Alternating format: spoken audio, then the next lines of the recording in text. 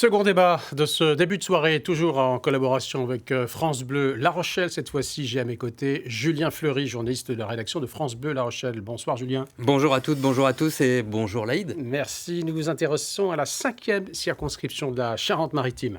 Eh oui, tout à fait.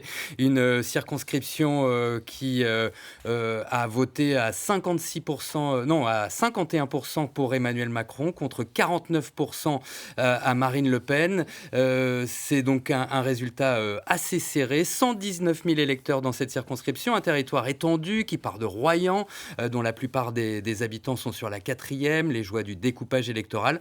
On remonte jusqu'à l'île d'Oléron à l'ouest, Tonnet-Charente, les marais de Rochefort au nord, et puis on passe par Marennes et Saint-Porcher, une terre de droite depuis toujours. Au premier tour, Marine Le Pen est arrivée en tête, 29% contre 27% à Emmanuel Macron, et Jean-Luc Mélenchon était assez loin, à 15%, loin de son score national. Voici donc nos invités. Didier Quentin, bonsoir. Bonsoir. Vous êtes le député sortant, vous vous présentez pour un 6e mandat sous les couleurs Les Républicains.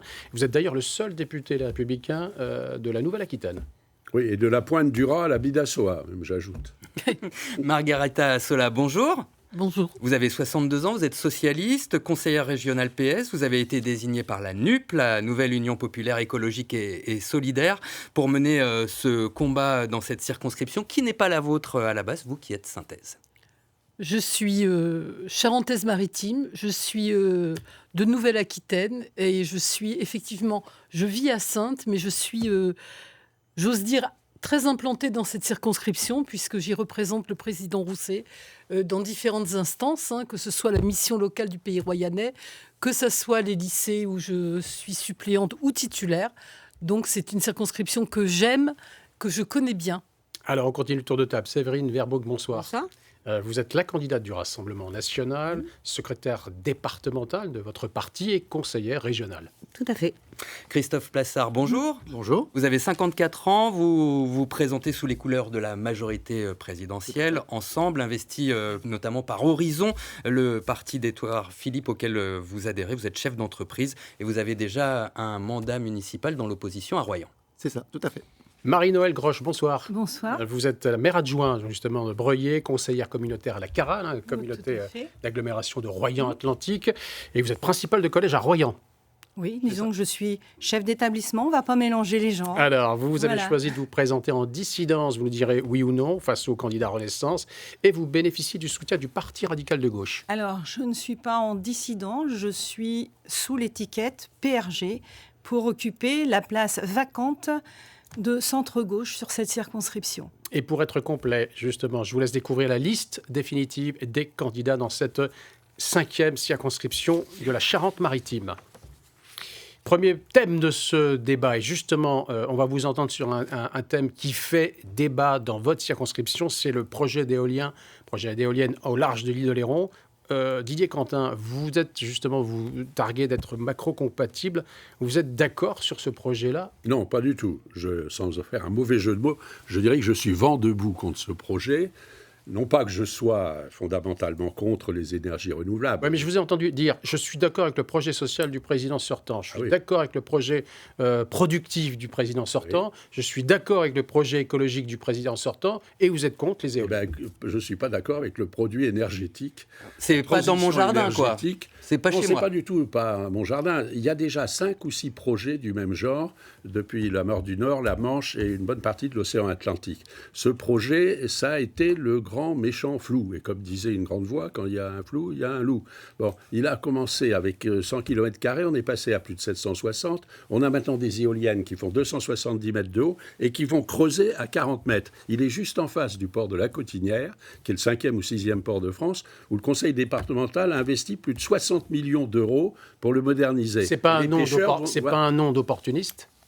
Non, je ne vois pas en quoi ce serait opportuniste. Il y a à peu près 95% de la population qui sont contre, et ce projet est mal placé. Et il y a surtout 5 projets lancés, ou qui vont être lancés. J'ai demandé au Premier ministre, je suis intervenu dans la commission du débat public, qu'on fasse d'abord un retour d'expérience. Il n'y a pas d'urgence dans ce domaine. Laïd, il faudrait qu'on trouve quelqu'un qui défende ce projet éolien. Margarita Sola, je crois qu'elle défend le projet éolien. Alors, effectivement, je défends avant tout les énergies renouvelables. En tous les cas, là, il y a un projet chez vous, dans votre Et quand il y a- circonscription. En Nouvelle-Aquitaine même, ouais. Et quand il y a un projet dans cette 5e circonscription, je regarde, je m'informe, je croise les expériences, je croise les choses qui sont intéressantes. Et si nous voulons effectivement nous orienter vers l'abandon des énergies fossiles, il va bien falloir être audacieux, il va bien falloir être inventif, il va bien falloir aussi... Donc vous décider préférez des éoliennes à des centrales nucléaires qui marchent? au niveau qui marche avec Qui marche à moitié, en difficulté, plus. où il y a les piscines de refroidissement qui ne peuvent plus jouer leur fonction. Donc je pense qu'au niveau des éoliennes, notamment du parc éolien au large d'Oléron, il faut être raisonnable. Il est évident qu'en aucun cas nous ne supporterons qu'un parc éolien offshore puisse être sur un secteur Natura 2000, puisse être sur un parc naturel marin, qu'il va falloir penser à être inventif, comme je disais, être audacieux. Mais il y a de belles expériences. Moi, je crois beaucoup, en toute humilité, à regarder un peu ce qui se fait ailleurs. Je Au voudrais large- qu'on va continuer. je finis juste ma phrase. Au large du Portugal, des côtes portugaises, il y a un projet d'éolienne offshore qui n'est pas ancré au sol, avec des plateformes qui sont traitées dans les ports de la côte atlantique du Portugal, puisqu'il n'y a de toute façon que l'Atlantique, mais qui sont ensuite emmenées, et c'est très créateur d'emplois. On va entendre les uns et les autres. Séverine Verbroek, justement, le RN s'est positionné contre les éoliennes, les projets éoliens terrestres. Et à donc fait. c'est le même nom pour un projet. C'est un éolien nom en mer. catégorique, c'est un nom de la première heure, puisque j'ai été une des premières à m'opposer carrément dès le premier projet. Donc je continue à m'y opposer fortement. Je vous remercie d'avoir souligné par vos propos la petite ambiguïté sur le positionnement de mon voisin, M. Quentin. Parce qu'en effet, ce n'est pas à moi qu'il faut expliquer effectivement vos positionnements, mais plutôt aux électeurs. Voilà, comment soutenir Macron qui est à 200% pour les projets éoliens, qui soient maritimes, au large d'Oléron, sur tout le littoral atlantique. Et Séverine Verbroek, vous êtes la championne des pêcheurs. Vous voulez vraiment marquer chez les pêcheurs qui sont très inquiets. Parmi toutes les conséquences en fait envisageables sur l'écologie et sur l'économie, parmi toutes ces conséquences, effectivement, j'attache tout particulièrement mon soutien aux pêcheurs, aux marins pêcheurs.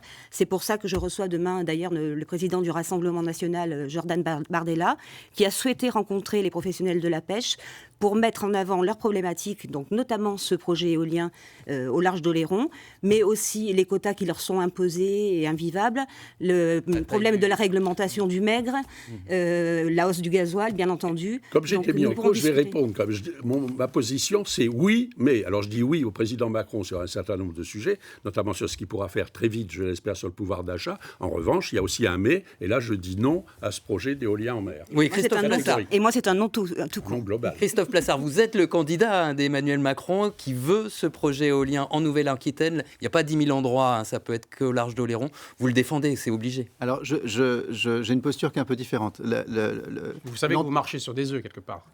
C'est pas tellement le fait de marcher sur des œufs, c'est le fait de rentrer d'abord par une question qui a été évoquée tout à l'heure, qui est le mix énergétique. Il faut d'abord positionner et savoir, aujourd'hui, on sait très très bien que le volume d'électricité dont on va avoir besoin est croissant et qu'on ne peut pas imaginer avoir un besoin d'électricité décroissant. Donc, on va avoir besoin de plus d'énergie électrique. On sait que sur la brique, je dirais, nucléaire, on a aujourd'hui des centrales vieillissantes, il faut les accompagner jusqu'à leur fin de vie et Emmanuel Macron a décidé du plan nucléaire à moyen terme. Pour revenir à l'éolien au large d'Oléron, votre position, est-ce que les électeurs connaissent votre position ?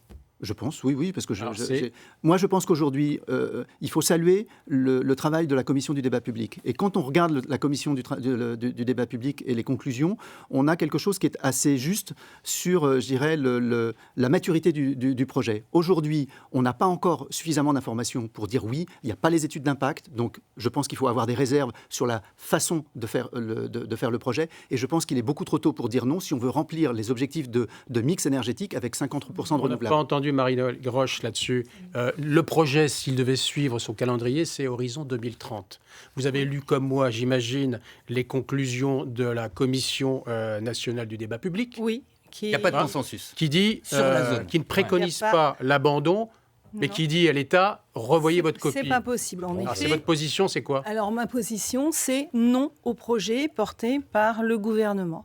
Pas celui-là. Donc, pas celui-ci. Donc, je ne vais pas faire comme M. Plassard, ni oui, ni non, ni gauche, ni droite. Donc, non, moi, c'est non. C'est quelque chose que j'affirme. Donc, c'est non. Non, c'est non. à ce projet. On a une urgence climatique, là je suis d'accord avec vous, mais il y a d'autres solutions. Alors je suis d'accord pour un projet d'un mot, s'il vous plaît, sur plateforme, mais avec production d'hydrogène sur ces plateformes. Parce qu'autrement, ça ne supprime pas le problème d'atterrage. Et le problème d'atterrage, c'est catastrophique au niveau de l'environnement. Alors, Allez. je voudrais qu'on poursuive justement après cet enjeu qui est important pour l'environnement. L'autre enjeu qui est aussi important, c'est la santé et la dépendance. Et dans votre circonscription et votre département, c'est un enjeu important. Didier Quentin, est-ce que vous attendez à un été de tous les dangers dans les hôpitaux, et notamment celui de Royan ? Je suis ça de près parce que tout le temps où j'étais maire, j'étais président du conseil de surveillance et je continue à avoir des relations quasi quotidiennes avec la directrice intérimaire de l'hôpital, avec Sauveur Méglio. Et le président régional de la MUF. Et le patron des urgences de Royan. Prénom bien trouvé, qui est le chef du pôle urgence.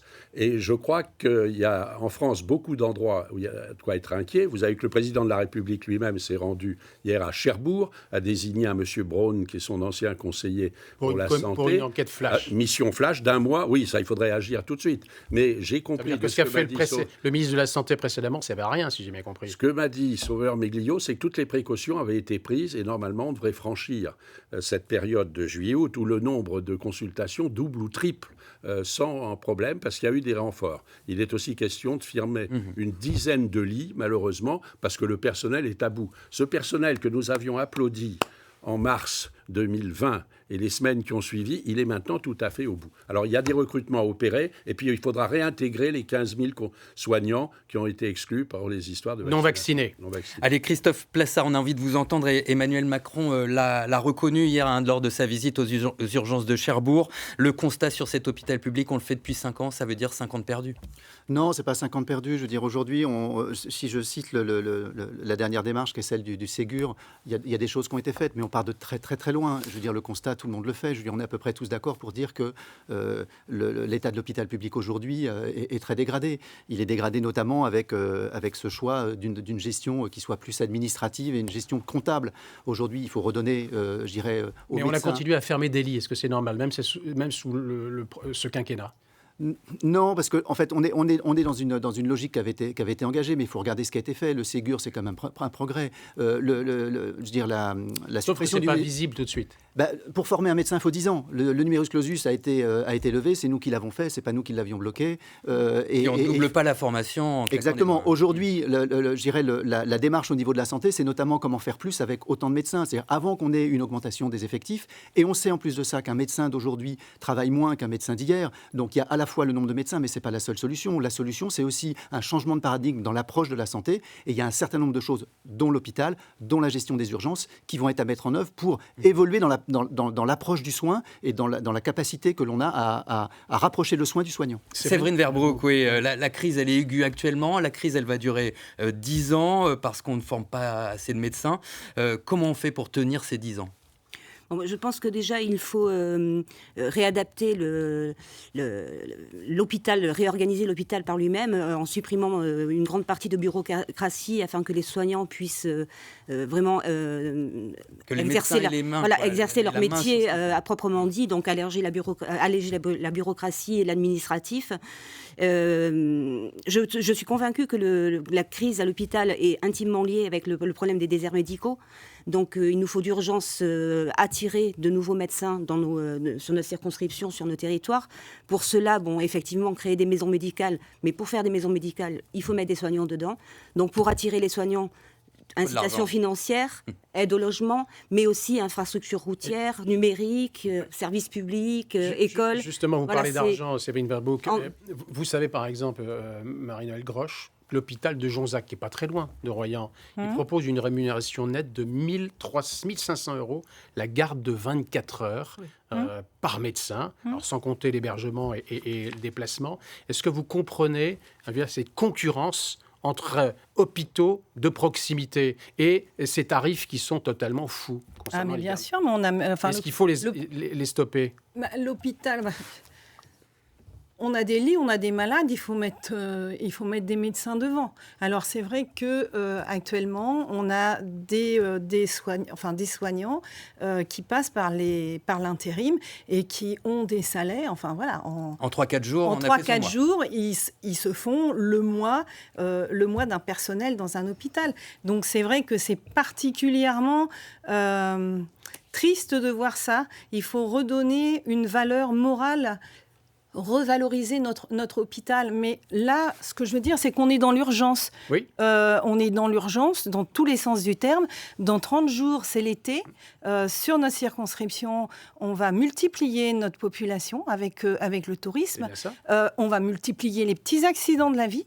Et il faut absolument que nos médecins de ville, de cabinets médicaux, travaillent avec les urgentistes pour se partager la tâche. Moi, en tant que députée, alors je veux être un élément facilitateur pour très rapidement se mettre autour de la table et travailler. Vous n'employez pas le mot, Marie-Noëlle Grosch, mais je vais poser la question à Margarita Sola. Est-ce qu'il faut prendre des mesures autoritaires pour obliger, par exemple, les médecins libéraux à prendre des gardes, comme les pharmaciens font des gardes, ou également les cliniques privées à assurer les urgences, ce qui n'est pas le cas aujourd'hui, il n'y a pas de mesures coercitives.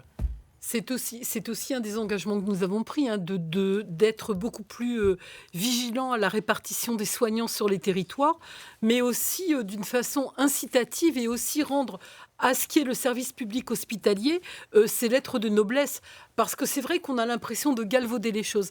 Et où je rejoindrais certains dires qui ont été faits ici et dits ici, c'est aussi l'expression de cette difficulté à être dans le soin et à être dirigé uniquement par des administratifs. Il y a une valeur soin. Arrêter la tarification à l'acte au niveau de l'hôpital, parce que je pense que ça a mis les personnels soignants dans des difficultés incommensurables.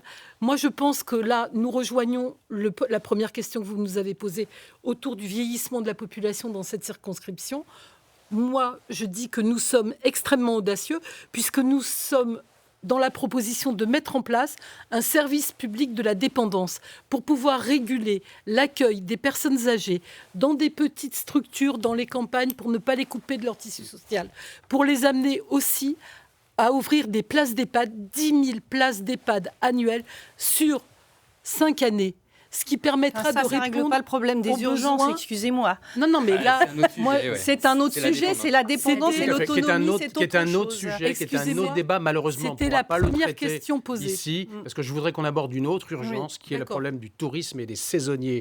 Au même titre que la santé, il y a une urgence estivale. Didier Quentin, justement, par rapport à cette problématique du tourisme et la difficulté de recruter les saisonniers, la situation ne s'est pas améliorée depuis le temps que vous êtes député. Pas du tout. Mais je dirais d'abord, n'oublions pas sur le sujet précédent, la désertification médicale dans les zones rurales. On pourrait imaginer qu'à Royan, tout va bien.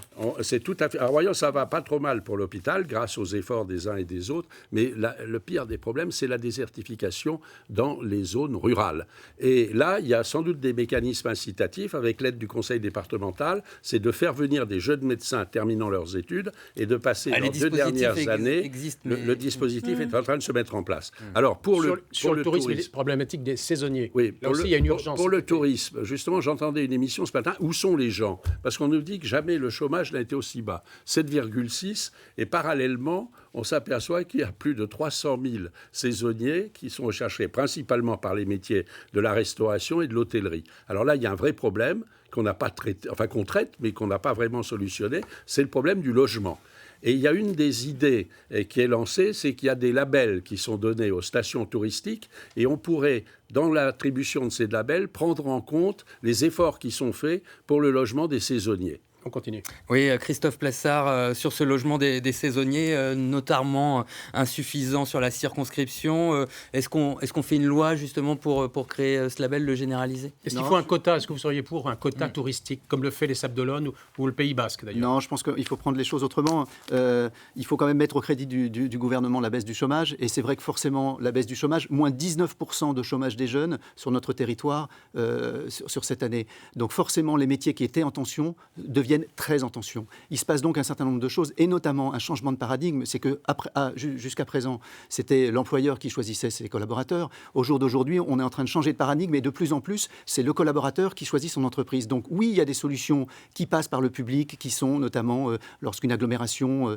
construit des logements pour favoriser le logement, je dirais, des saisonniers. Mais c'est aussi, aujourd'hui, on le voit, ça a été expérimenté à Cognac, par exemple, en Charente, avec des speed dating inversés, où c'est l'entreprise qui se présente et les différents éléments qui vont constituer, je dirais, l'attractivité de l'entreprise sont aussi le logement. Et vous avez un certain nombre de choses. À Royan, la mission locale, l'an dernier, a fait un premier test sur une année avec 20 logements mis à disposition. Cette année, il monte à 40. L'estimation, c'est environ 300.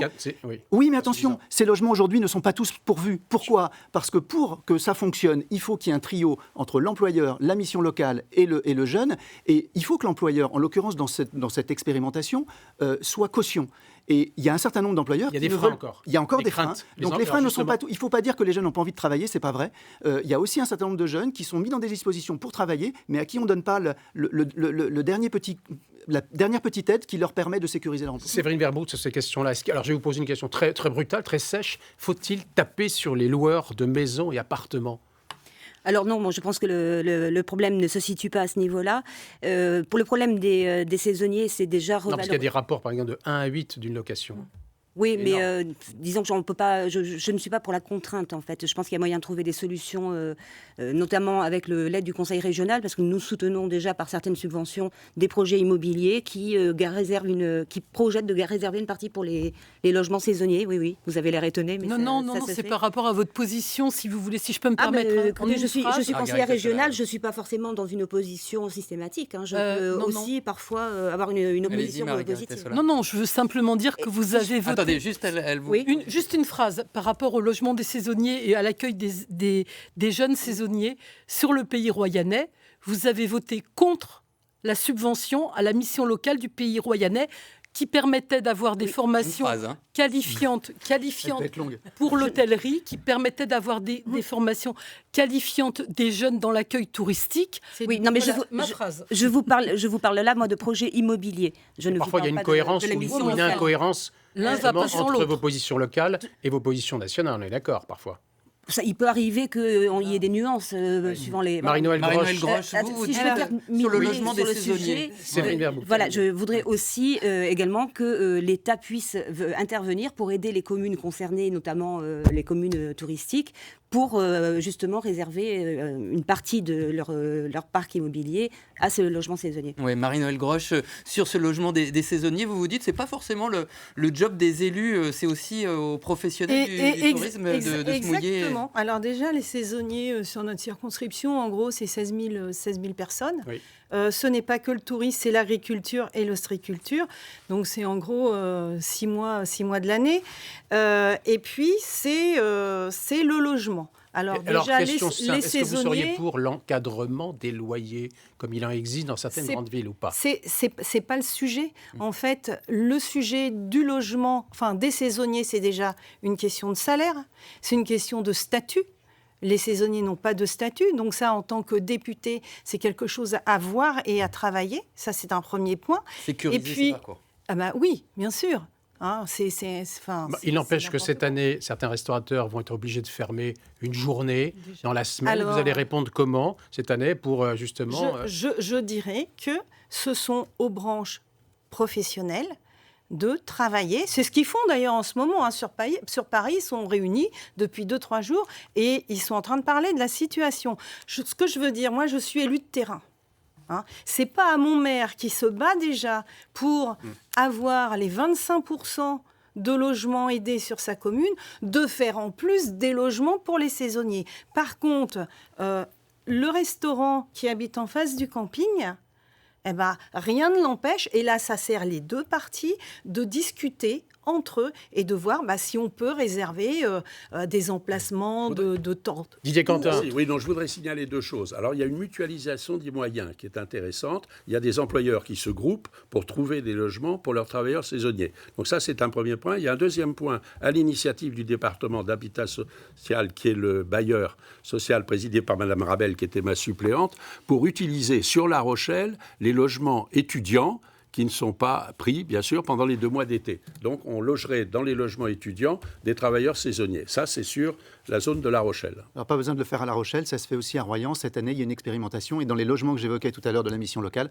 un certain nombre d'entre eux sont des chambres du lycée Cordouan, qui forcément est vide l'été. Les 2 lycées, les 2 internats de lycée accueillent déjà tous ceux qui travaillent pour le sauvetage. C'est une proposition déjà plein. Mais jusqu'à présent, propose d'ouvrir les internats cet été, Margarita Sola. Jusqu'à présent, c'était proposé, mais il y avait des freins, les freins que j'évoquais tout à l'heure, notamment parce que ce ne sont pas des endroits qui sont gardés, ce sont des jeunes, on peut avoir des freins, etc. Donc il y a une expérimentation. Et sur ces sujets-là, comme sur d'autres, expérimentons des choses. Cette année, à Royan, un certain nombre de places de l'internat seront mises à disposition des saisonniers. Allez, Laïd, il faut faire un dernier tour de table politique avec une question évidemment à Didier Quentin qui se présente pour un 6e mandat. Le Joe Biden de la Charente-Maritime est-il en train de faire le mandat de trop? Mais à la démarche plus assurée, m'a dit un ami. Et puis je médite une phrase de Woody Allen, il faut longtemps pour devenir jeune. Alors moi j'ai noté quand même une fausse note, mon cher Didier Quentin. Votre suppléant n'est pas une suppléante? Non, mais alors ça, c'est un certain esprit logique. Si on veut que les rapports entre hommes et femmes à l'Assemblée restent les mêmes, si on prend, d'abord, je trouve qu'à une époque, on disait, tiens, qu'est-ce qu'une femme en politique? Suppléante. C'était un peu péjoratif. Votre suppléant, c'est M. Sueur. Mais si on veut que... Oui, c'est un nom qui sent que... De l'île d'Oléron. Alors, qui est de l'île d'Oléron, qui combat vigoureusement, intelligemment, activement... Donc, le mandat de trop, non, vous lui Non, le pas. mandat de trop, j'ai vu qu'il y avait une dame dans les Ardennes qui avait 92 ans. Donc, ça me laisse encore une certaine marge. Tour de table. Margarita Sola. Margarita Sola, vous... N'oublions pas la reine Elisabeth. Effectivement, vous venez ici sur la 5e circonscription pour gagner...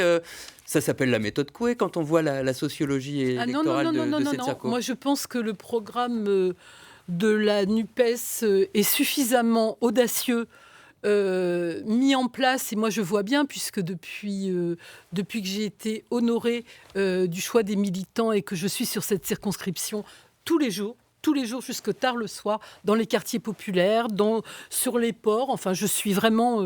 sur le terrain, je me rends bien compte à quel point l'accueil est positif. Je crois que les gens, ils ont besoin justement de retrouver la gauche avec toutes ses valeurs, avec toutes ses ambitions. Et nous sommes ambitieux. Et moi, je crois vraiment à ce rassemblement, avec mon identité, mais avec le soutien de tous mes camarades. J'aimerais qu'on entende les autres. Oui, Séverine Verbroek, notamment. Effectivement, Marine Le Pen est arrivée très très haut dans cette circonscription. Elle ne veut pas être première ministre comme Jean-Luc Mélenchon. Du coup, forcément, il y aura un reflux derrière et ça sera encore non, mais l'important, il n'y a pas de raté. Je pense qu'il n'y a pas de raté quand on a 43% des voix, 13 millions d'électeurs. Il n'y a aucun raté. Il y a un score historique. Et je pense qu'il faut expliquer aux électeurs que maintenant, il faut prolonger l'action. C'est-à-dire qu'on est à la dernière sortie avant les 5 ans d'autoroute Macron. Donc, il ne faut pas rater la sortie. Et il faut envoyer un maximum de députés Rassemblement national à l'Assemblée nationale pour défendre le programme qui a été celui des présidentielles, c'est-à-dire rendre aux Français leur pays et leur argent. Christophe Plassard, question toute simple. En cas de défaite, en attribuerez-vous la responsabilité à Marie-Noëlle Grosch? D'abord, je ne me positionne pas dans une logique de défaite. Je pense qu'aujourd'hui, bien au contraire, je dirais que les planètes sont alignées pour qu'on puisse avoir un renouvellement à Royan. Après 25 ans de mandat de Didier Quentin, ici présent, que je respecte. Mais forcément, je veux dire, on sait très bien qu'au bout d'un certain temps, la fraîcheur, le renouvellement n'est plus forcément là. Et que je pense que c'est le moment de changer. Donc, je ne me projette pas du tout dans une logique de défaite, bien au contraire. En ce qui vous concerne, Marie-Noëlle Grosch, oui.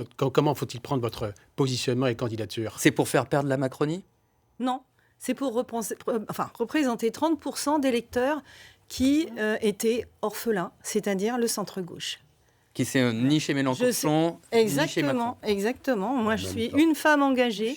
Et je porte les valeurs et je suis fidèle à mes valeurs de gauche, c'est-à-dire l'Europe, la laïcité, l'humanisme et une gauche sociale, progressiste et de gouvernement. Merci, ce sera le mot de la fin. Merci à tous les 5 d'avoir participé à ce débat dans la 5e circonscription de la Charente-Maritime. Vous pouvez voir ou revoir donc, cette émission sur notre site internet na.france3.fr. Merci à vous, Julien Ferry, de m'avoir accompagné au nom de France Bleu La Rochelle. Merci, Prochain rendez-vous politique, c'est dimanche 12 juin à partir de 20h15 pour une grande soirée électorale du premier tour.